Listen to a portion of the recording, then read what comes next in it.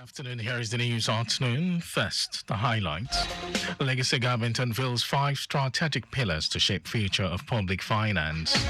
Federal government launches free financial literacy training for 10 million Nigerians. On quarantine, Gaza patients enter Egypt amid Rafah border reopening.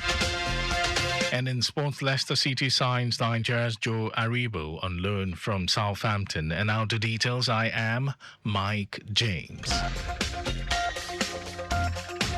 In a bold move to build a resilient, innovative and people-centered public finance system, the Legacy government, through the Ministry of Finance, has unveiled 5 strategic pillars set to shape the future of public finance in the state.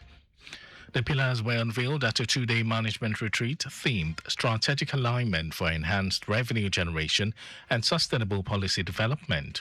Commissioner for Finance Abayomi Oluyomi, in his keynote address, identified data-driven decision-making, digital transformation and emerging technologies, sustainable and green financing, innovative financing models and public-private partnerships, as well as strengthened capacity development anchored on institutional integrity as the roadmap to a sustainable public finance future. Oluyomi reaffirmed the state's strong commitment to development, saying capital expenditure accounted for 68% of the 2023 budget and 62% of the 3.36 trillion naira 2025 budget, highlighting Lagos State's focus on infrastructure delivery and long-term economic growth.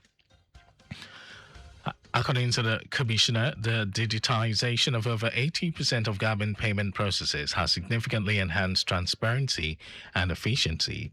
In his welcome address, the Permanent Secretary, Ministry of Finance, Tajuddin Alao, described the retreat as an opportunity to reaffirm collective commitment to building a stronger and more resilient fiscal framework for Lagos State, urging participants to chart a new path towards enhanced revenue generation and sustainable growth. Lagos State Parks and Gardens Agency, LASPAC, has announced the reopening of all public parks under its management across Lagos State, following the successful completion of routine maintenance and upgrade works. The parks were temporarily closed to the public from January 12 to 31 to allow the agency carry out landscaping, facility repairs and general upgrades. The exercise followed increased patronage and heavy usage of the parks during the festive season, with the maintenance now completed. Popular recreational centers such as Ndubisi Kanu Park in Alausa, also known as JJT Park, Dr. Fini Abayomi Park in Oregon, as well as other LASPAC managed parks across the state, have been fully reopened and are once again accessible to residents and visitors. According to LASPAC, the maintenance exercise was aimed at preserving the safety, cleanliness, and overall ambience of the parks, while ensuring that all facilities remain functional and conducive for relaxation, recreation, and wellness activities.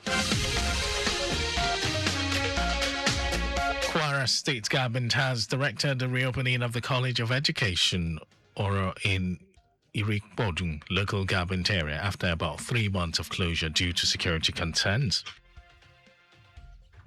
The reopening follows what the state government described as improved security conditions across parts of Kwara State.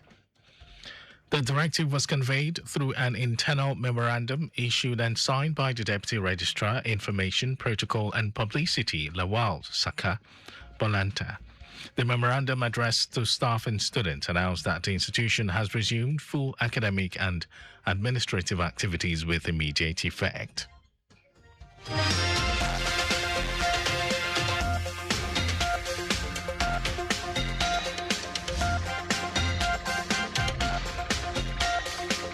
And now to the rest of the stories. The federal government of Nigeria has flagged off a free nationwide training program targeting 10 million Nigerians on financial inclusion and literacy. The initiative, launched on Monday at the Presidential Villa, Abuja, is being implemented through the Office of the Vice President in collaboration with the Presidential Committee on Economic and Financial Inclusion, known as PRECEFI. Speaking at the event on behalf of President Bola Tinubu, Vice President Kashim Shettima said Nigeria can only fully harness its demographic dividend if young people and women are equipped with relevant skills and strong ethical foundations for a fast-growing digital economy.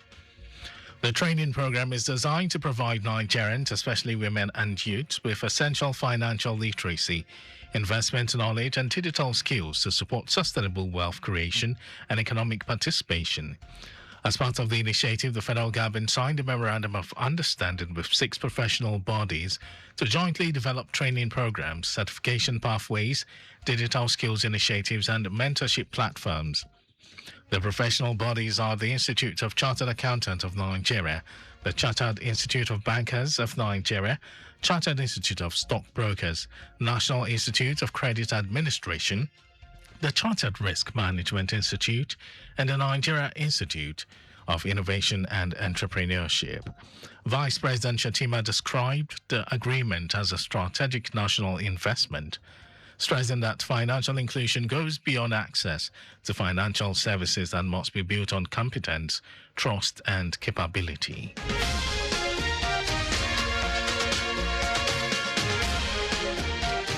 Office of the Head of Service of the Civil Service of the Federation has announced the commencement of the accreditation exercise for the selection of 5 new federal permanent secretaries. According to a statement released by its Director of Press, Eno Olotu, the exercise followed the approval of President Bola Tinubu. Olotu noted that the process is designed to fill existing and impending vacancies for candidates originating from Adamawa, Bayelsa, Enugu, Kano, and Ogun State. Also speaking, Chairman of the Accreditation Committee and Permanent Secretary of the Federal Ministry of Education, Olumuyiwa Eniton, reiterated that the Head of Services Directive underscored the collective responsibility of committee members to protect the integrity of the civil service. And in some foreign news, only a small number of sick and wounded Palestinians from Gaza arrived in Egypt following the reopening of the Rafah border crossing for the movement of people. The Rafah crossing, a vital gateway linking Gaza to the outside world, has been largely closed since May 2024 after Israeli forces took control of the Gazan side during the ongoing conflict. The reopening was initially expected during the first phase of a ceasefire plan proposed by United States President Donald Trump between Israel and Hamas, which began in October. Meanwhile, Israel delayed the reopening until the body of the last Israeli hostage was returned last week.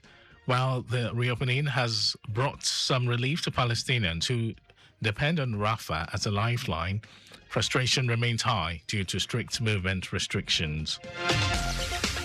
And in sports news, Leicester City has completed the signing of Nigerian midfielder Joe Aribo on loan from Southampton until the end of the season.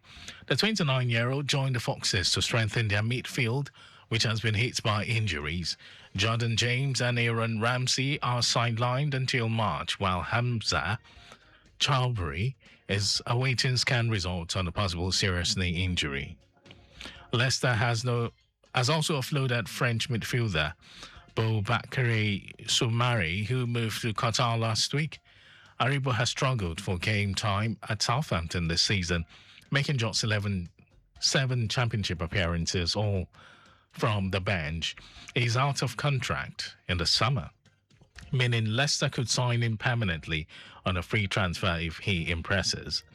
The Nigerian international is expected to compete with Lou Page for the number 8 role during James's absence, although his versatility allows him to operate across multiple midfield positions. And that was our news at noon. Just before we go, always check your mirrors before changing lanes or making a U-turn. Blind spots can hide approaching vehicles or motorcycles. You can follow us and like on our various social media platforms: X, Traffic Radio 961, Facebook, Lagos Traffic Radio 96.1 FM, Instagram, Lagos Traffic Radio 961. Subscribe and watch our news and programs. It's live on YouTube, Traffic Radio 961. Our website is www.trafficradio961.ng. You can also listen to Lagos Traffic Radio 96.1 FM on My Lagos app for timely updates. Did you know that the Sanwo-Olu administration completed and inaugurated 120 units Courtland Villas, Lekki? You can get more details on the Legacy Government website, and to end the news, here are the highlights of the major stories. In a bold move to build a resilient, innovative and people-centered public finance system, the Lagos State government, through the Ministry of Finance, has unveiled 5 strategic pillars set to shape the future of public finance in the state. The federal government of Nigeria has flagged off a free nationwide training program targeting 10 million Nigerians on financial inclusion and literacy. We also told you that only a small number of sick and wounded Palestinians from Gaza arrived in Egypt following the reopening of the Rafah border crossing for the movement of people. And in sports, Leicester City has completed the signing of Nigerian midfielder Joe Aribo on loan from Southampton until the end of the season. And for contact with the newsroom, send a message to info@trafficradio961.ng. And that ends the news broadcast compiled by Adirayodo Olaya. Thank you, Lagos, for listening. My name is Mike James. Good afternoon.